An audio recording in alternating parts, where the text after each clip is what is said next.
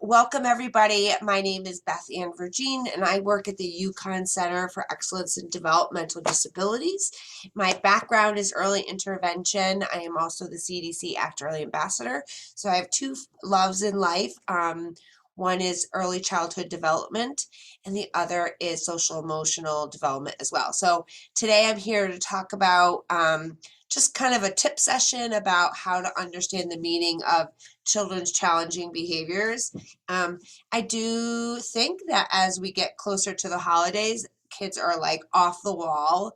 And so there's so much going on during the holidays. So it's a little, challenging, I think, for every parent.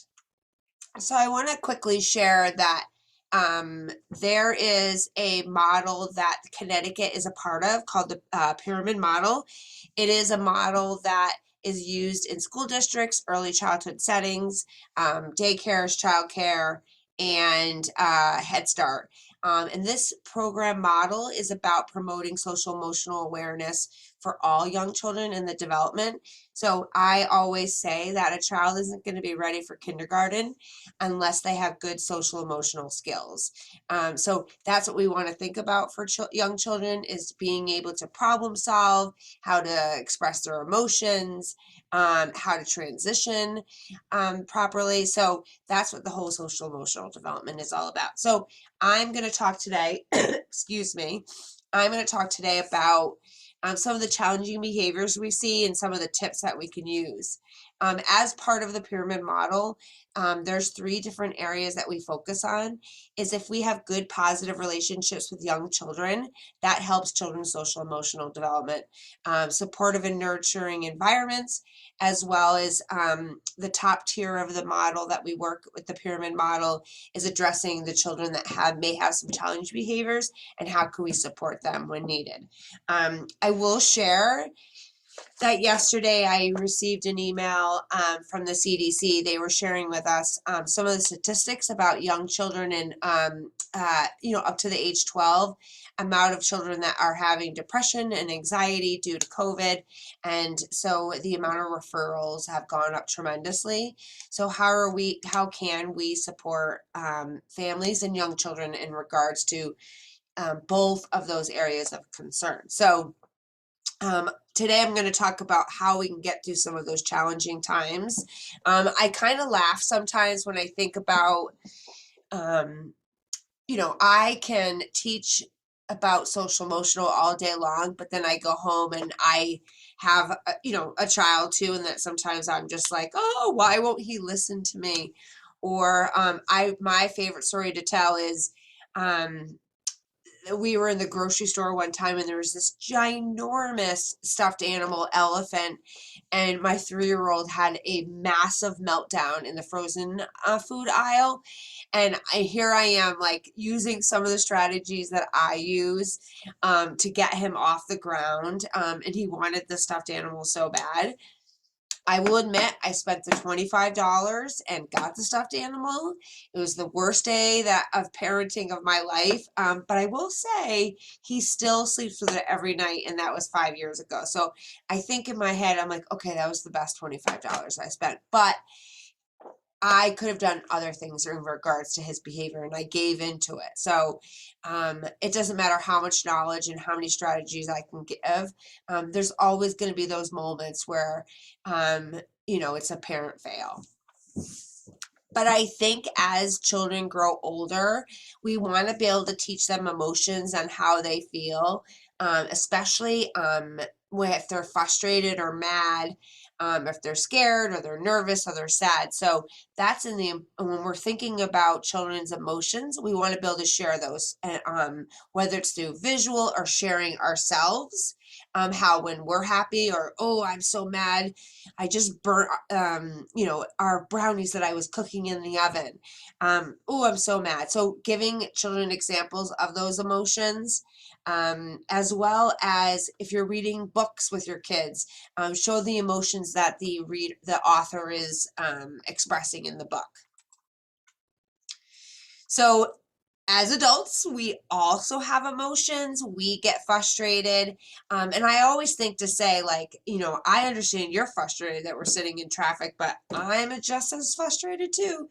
So it's not just that they're having emotions. We have the same emotions. We get frustrated, but we know how to regulate ourselves. So if we get mad at something, it depends how mad we are, but if we get mad at something, we know, like, okay, I'm walking into work now and I have to let it go. We kind of know how to regulate ourselves and get ourselves back on track. But if a child has just had this, like, so upset about losing a toy or upset someone took something, it takes a while for them to let it go. So we just want to teach them how to regulate those feelings. Excuse me. So I wrote up this little scenario. Joanne is playing with her 4-year-old son. He selects a truck puzzle and begins matching and placing the pieces in the hole.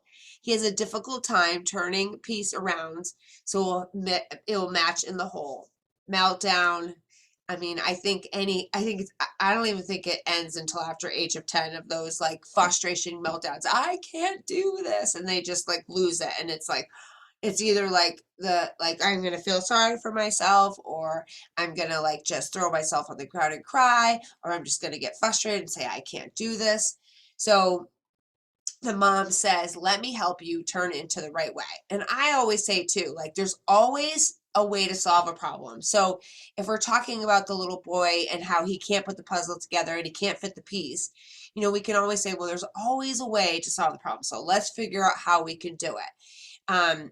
But in this scenario, he gets upset with her and he says in a voice, I can do it. I can do it. I don't need your help. And then he just gets more and more frustrated. So we always want to, like, give space and say, okay, if you want to try it again, I'm going to take a step back and let you try it and let you be a little more, I'll be more patient as I wait for you. But you need to be patient too. If you get upset trying to put the puzzle piece back, it's not going to work. So really having in-depth conversations on what's wrong, how can we fix it, and what's the problem, and how can we solve it. Children using some of those challenging behaviors are either they want something from you, they want attention, they want you to buy something, or they want one of their toys, or they're tired, or they're hangry, as we would say. They're hungry and they're angry. Also, sometimes children use behaviors to get out of doing something. And so the best thing that we could do is to try to help the child learn from their behavior and also determine if it's something they're trying to avoid. So a famous one is, I don't want to go to school, or I don't want to go to so-and-so's house, or I don't want to go to bed, which is the all-time famous one, is I don't want to go to bed. So most children have those behaviors because they're trying to avoid doing something. We can help children understand those emotions and those feelings. But I want to share with you, behavior doesn't just happen. It's a form of communication. When a child has a behavior, it's them trying to communicate something to you, or their early childhood teacher, or anybody that they're with is trying to tell you something. As adults, we do the same thing too. So if I'm mad at my husband because he constantly leaves dishes in the sink, I walk by the sink and I just have this very agitated look on my face because I'm trying to tell him that, again, you left dishes in the sink and I'm mad. So my whole facial expression shows it. But I want you to know that as parents, it's a form of communication. Children don't intentionally decide, I'm just going to make you upset as a parent. They're trying to tell you something. So how can we identify when those behaviors happen? So one of this is they're trying to avoid something. So let's talk about bedtime. Some children avoid bedtime. So you always know, oh my gosh, every night it's going to be the same time going to bed. I'm always going to see these behaviors. So what can I do to fix bedtime and eliminate him giving me a hard time about going to bed and, like, throwing himself on the ground?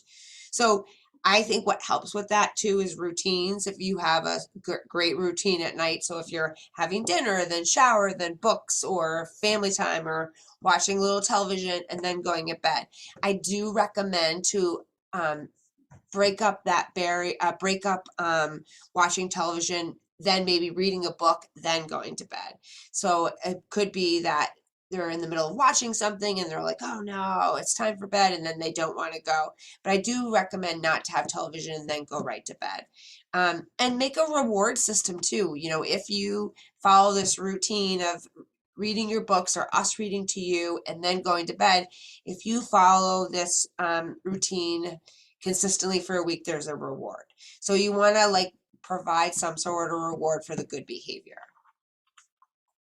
Teaching your child different ways to express their feelings. So instead of them throwing themselves on the ground, we could say, well, I understand that you're upset because you have to go to bed. However, throwing yourself on the ground is not going to help me. So let's talk about, so why are you mad at mommy? And they're going to say, well, I'm mad because I want to stay up and watch such and such show, or I want to go build my Legos and I don't want to go to bed. So again, it's kind of, why are they mad at you? How is the way that we can solve that problem? Another moment, there's always teachable moments in all things that we do with young children. You're having a difficult time putting your bike in the garage, or you're having a difficult time putting your toys away. I always say there's two things that you can do is take a deep breath and blow out the candles or blow the flower petals. So it's like taking a deep breath and blowing. I think in those times where children are very anxious and they're all like fired up, I always say, okay, stop, let's stop. Take a deep breath, and then let it out. Okay, how can we solve this problem? And what do we want to do to solve it? I mean, just as adults, sometimes we need a minute to just decompress before we're going to be like figuring out what we need to do next. Young children are the same way too. We're helping them regulate their feelings. Books are great ways to help teach children about feelings. But I will tell you, warning, warning, warning. Don't try and practice when your child is in the middle of a meltdown. Let them finish the meltdown, and then use those calming strategies or any new strategies with them after they've calmed themselves down. It's probably not the best idea to do it during a tantrum. Sometimes it's hard to walk away when a child is in the middle of a tantrum, but it's a good idea to do it. No matter how guilty you feel, like letting them cry and be upset, walk away and let them. I always say, I'm going to give you a couple minutes to calm yourself down, and I'm going to come back and I'm going to check on you and see if you're ready to talk about what's wrong and how can we solve the problem that you're upset with. So there's a lot of great resources for families on the National Center for Pyramid Model Innovations. It's a great website. I'm just going to share really quick. Hopefully you can see my screen. Can you see the family engagement screen? No. Okay. Let me stop share and reshare.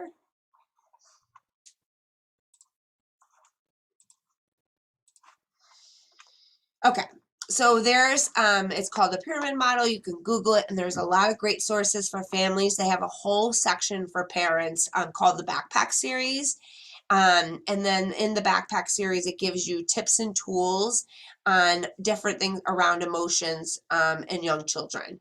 There's also a really great podcast called Big Heart World.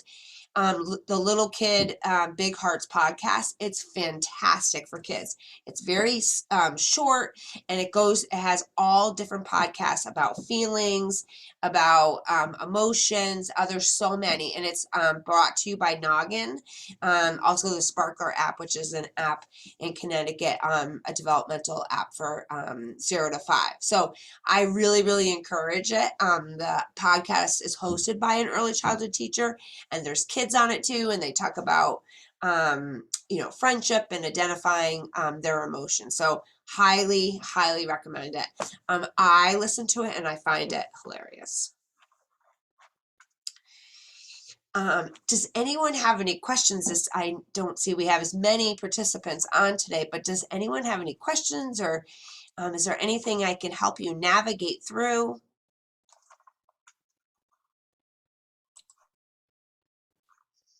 as we go through these holidays? I have a question about Sure. the reward that, I talk to a lot of parents, and a lot of them a little nervous about the reward part, when you give them something, they're afraid that the child, they're very smart. Yes. They're gonna say, oh, I get something when of course we start when they have the tantrums, right? Yeah. To try explain to them, but like, how can we prevent them to happen? That's a question that I always come across. So I'm not saying that you're going to run out to the store and buy multiple toys. It could be a sticker. You could do a sticker chart on the refrigerator or on a wall that, today you did this, great job, put the sticker there. You don't necessarily have to do monetary things. They get 10 extra minutes watching a cartoon, but it can't just be a 1-day event. I always do a reward after a week. So I see after 7 days or 5 days of school what went well, and how, were any of the behaviors there? Did you give me a hard time going to bed? Did you brush your teeth? Did you do things without me having to ask you? So I would say do it better, that not just because today they brushed their teeth and then went right to bed and didn't give you a hard time, I wouldn't give them a reward. We want them to practice the skills, and so let's give it a good week to see how they do. That's a great idea. Thank you. Yeah. I did it with my son, like a chart where everything that it was listed. When we go through the list, and then you get a little star, and after, every family can judge differently. After so many good stars, you get something, or minutes, stay up late a little bit. Yeah. It's a great Or like, tool. have your favorite dinner cooked, or, And they can see it, something that we can maybe put in a refrigerator, a little Yeah. chart. They can either themselves putting. I have to move my up because my son was just cheating, putting things there. But, they can visually see their progress as well, I think. Yeah. And, we want young children, but again, behaviors of form, they're trying to tell us something. So, but if we're showing them that we see that they have, are successful in improving some of those behaviors, that's good. We have a question in a chat. I just saw that. Yeah. Yeah. So I have a son that's Tourette, so says not to use rewards and punishments for behavior. Well, I mean, I guess I'm not sure about the Tourette's Association. I personally think, since it's neurological, okay, I get what you're saying. I think every child should be rewarded if something goes well for them. That boosts children's confidence. So if they do something really well and they're really working at it, we want to encourage them and reward them. Again, it doesn't have to be something in monetary. It could just be encouraging words, a sticker chart, a special dessert, a special dinner. I do think that reward does boost children's confidence and social emotional skills. They feel good. Just as adults, we feel good when somebody supports us or compliments us, like, you did a great job today. We don't get that as much as adults.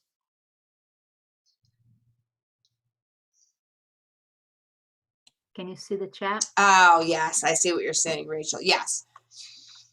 Yes. And what I'm talking about is, a child that is exhibiting a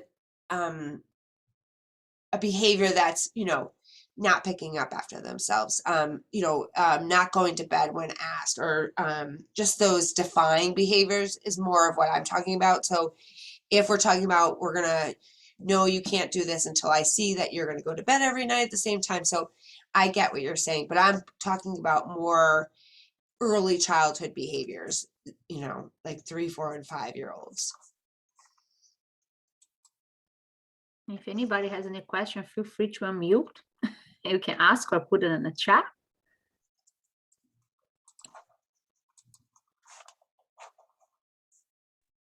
Yeah, I have a question. Sure. Go, Tanisha. Yes, I guess my question is, I have the punch cards. Like, I got some punch cards from Amazon where you actually like take a whole puncher and punch, and there's 10 on there. And then when they fill up 10 punches, then they can pick a reward. So essentially not necessarily a week, but depending on however long you fill up those punches, then you can get a reward. I think that's great. The problem I'm having is, like you said, when it's not given. So if, for instance, when you do your homework, you can have 30 minutes of tablet. The when Right. and then you can. And so if they chose to not do their homework and now they're not getting the tablet, then that's when the continuous negative. You would think, okay, so you lost your tablet for not doing the homework. Let's not carry it on for the night. But now we're carrying on the behaviors for the night because that one reward was taken away. So was he upset? So he was upset because he didn't want to do his homework. Did you talk about why you don't want to do your homework? He just didn't feel like doing his homework. Mhm. Literally, I don't want to do this homework. And then but the thing is, I feel like when you do it, then you do this, then he's taking that as, then I don't have to do it. Like it's a Right. choice, I guess is what I'm saying. Right. It's like, yeah. So I would say I would definitely, that's hard too, but then sometimes they have to learn their own consequences. Like he's gonna go to school the next day and not have his homework done. So the teacher's not gonna call you and give you a consequence. They're gonna give him a consequence. Yeah. Do you I see think what I'm saying? Yeah. yeah. I think right now it's I think I might be getting pushback because it's not necessarily homework from school. This is Oh, like structured time. yeah. So I think it's a matter of, well, the teacher's not making me do it, then why should you make me do it? But you know what? I commend you for doing that because I do a similar thing. Structured time is, listen, the teacher may have not given you homework, but you're supposed to read 30 minutes a day. Mm-hmm. So, yeah, so my suggestion is you just have to keep, well, if you're not going to be reading, then, you don't get the tablet. And if tomorrow you're not reading, like you have to show consistency. Okay. Definitely. Like, so if he doesn't read today, he doesn't get the tablet today or tomorrow. So, and then you say to him, this is what the teacher says that your best way for you to learn and grow is also to do some reading at home. All I'm asking is 30 minutes to sit down and read a book. And then you could do whatever you want. Yeah. Maybe I get that. I guess I just wish it was that simple. I guess I don't know if you You heard the have to part be about consistent. I will say that. Like sometimes we give in as parents, but you have to be consistent with him. Like, and they're gonna give you pushback. But say, oh, sorry, you can go outside and play, but you're not gonna get your tablet or and then after a couple of days, they're gonna be like, okay, it's not worth this fight. So it may be a couple of days that they don't read, but you have to stick to your guns. I was just gonna suggest, I have a teacher background, talk to the teacher, because sometimes the teacher, she's not reinforced in a classroom for the kids. True. Some teachers really push for the reading and stuff at home, but some teachers, they just don't. So Yeah. that can be like for the child, like how come in school I'm not being pushed, but at home I am. So it's kind of a little confused in their heads. So I would reach out to the teacher, maybe talk to the teacher, that's what I having a hard time. Could you maybe, talking, not point directly to your child, but for the whole class, talk to them, the importance, of reading and all that. And you know what else you can do is you can do a reading chart. So if you give him a goal of say 2 hours a week. So that means he only has to read 20 minutes a day and do that goal chart. So at the end of the week, he gets extra time on the tablet. So if you read and I would make the goal with him. So our goal would be to read 3 hours a week. And if he does the 3 hours, well, on a Saturday or Sunday, he'll get extra time. But he has to read that. He has to read that goal of 3 hours a week. And again, put it up on the refrigerator. Visually, they see like, oh, wow, I read this much. Okay. I'm almost there. I just have to read a little more to get there. Yes. Yeah. Yeah, the visual, I think, helps a lot. Do you think that rewards for like school, so if I'm taking away the tablet because he didn't do his homework, but then he does his homework and he gets rewarded with that, but his other behaviors are not well, do I still reward him because I said you can have the tablet for the specific homework? I would say no, because you also Mhm. want to make clear expectations Mhm. of what is expected. So do your reading, make sure you're, having good behaviors and following up to what you're supposed to do, and then this is what you get. You have to lay out those expectations, and if I have to say it multiple times, and you're going to get pushback like, oh, I have to do what? And Mhm. do you know what I'm saying? And you're Mhm. going to feel defeated, but you have to stick to your guns. Okay. Okay? Okay. Thank you. You're welcome. You're welcome. And I'll send the PowerPoint out to CPAC, and then my email is on the last page. And if you ever need some strategies, please feel free to email me. I'm happy to Okay. help. Okay. Okay? Any more I feel, questions? I feel like that's definitely defeated is definitely the word. I can't tell you how much Oh, times please. Yeah, yeah. I'm I just gave like, in. oh, okay. I gave in and bought a stuffed, like a 6-foot stuffed elephant. Okay. And I'm Well, I like, won't even say given. I won't even say given. I feel like I'm at the point where now I just sit back. If that makes sense. And they may think, okay, now she's really not doing anything to me. But I feel like I can only say it so much times, like, stop this, don't do this. Now you're doing like, I feel like I can only say that so much before I'm like, okay, he's clearly just looking to, he wants me to keep is what it seems like. So then I just throw up my hands like, I'm not even going to give you that attention if you're being negative. You muted, Bethan.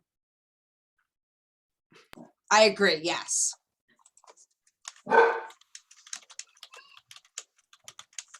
Any strategy for families that, like, at home, when we're home, it's much easier because we have the visual. You can bring them to the chart and show them. But what if when the parents are in the middle of like a grocery store or outside the home environment, how they can, remind their children about Right. The training, like all our rules, remember, like how can we stop that? So wait, say that. I'm sorry. My connection is a little off. Can you just say that again?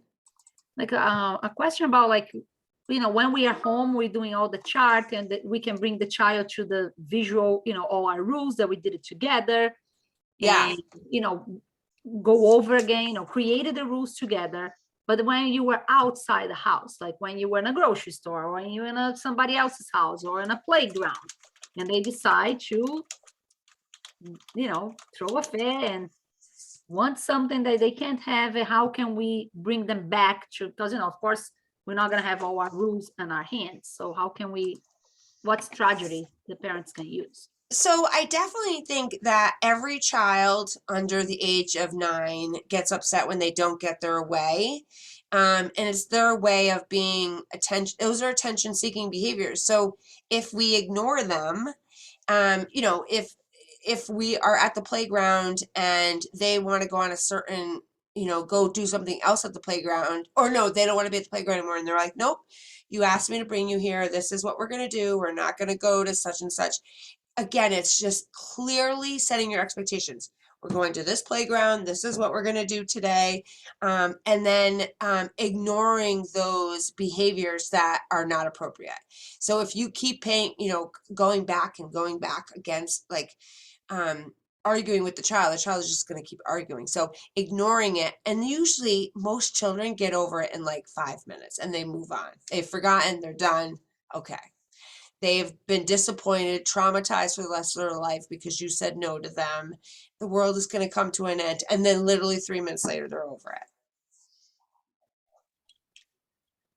Thank you. Yeah, the ignoring technique, it really works. It's hard, I think, for us. Oh, it's so parents, hard. So hard. to just walk away, say goodbye, I'm leaving. Like I Yeah. did that Say, many I'm going to times. give you a minute, you know, and no, we're not going here.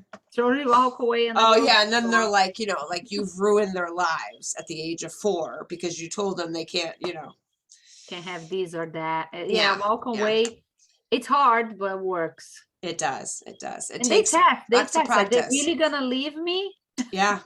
Mhm. My son was like Exactly. that. Are you really serious gonna leave me? I told her like goodbye. You know, you Bye. hide it in a corner of Yeah. the grocery and you kind of peek through it. But it works. Anybody want to share anything? Any question? And if not, we'll send out the PowerPoint, and so you guys have a copy of it. And then, you know, there's a lot of good resources in there. Yeah, all kids do hit. I don't think it's a crazy question, Rachel. But I mean, I think this conversation, I don't know the situations of hitting, so a better explanation of what your question is. What do you suggest to do when they are upset and hitting you? So if I had more of an explanation to like give me an example, then I can help.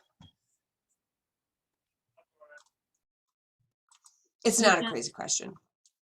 No, absolutely not. You can unmute it, Rachel, if you like to. Yeah. What do I do when my 2-year-old gets upset and starts hitting? Well, now that you explained it, I get what you're saying. So, but remember, 2-year-olds don't understand emotions, and they don't my 2-year-old used to bite me. I literally had bites all over my legs.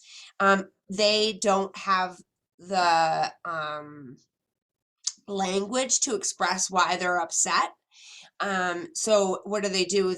Sometimes they bite, sometimes they hit. So it's just saying, one, taking the child's hand away that hit you and saying, we don't hit mommy. That's not very nice. And it's just, again, setting those expectations, repeating over and over, not nice to hit mommy, not nice to hit mommy. It depends how the aggressive, but I want you just to remember in the back of your mind, they can't just sit down and say to you, well, this is why I'm upset. Because they're 2 and they don't have the vocabulary. So most children, even when there's children that have speech delays, a lot of times they're going to exhibit behaviors because they can't verbalize themselves. So how can they get your attention? They're going to use behaviors, and that will draw attention to them. Oh, okay. I'm going to put my email in the chat box, and feel free to email me. And I can give you some strategies and tools. Okay. I don't want you to talk in front of your other kids. Well, if anyone doesn't have any more questions, we will wrap this up and we'll send the PowerPoint out. And hopefully you guys will join us next month. And I hope you all have a wonderful holiday. Yeah, Do next they month. automatically send it out, like the PowerPoint, or you're just doing it this one time? I think it's important to have these tools. I'm not really sure if I don't know if they were sent out last month, but I can make sure they're sent out.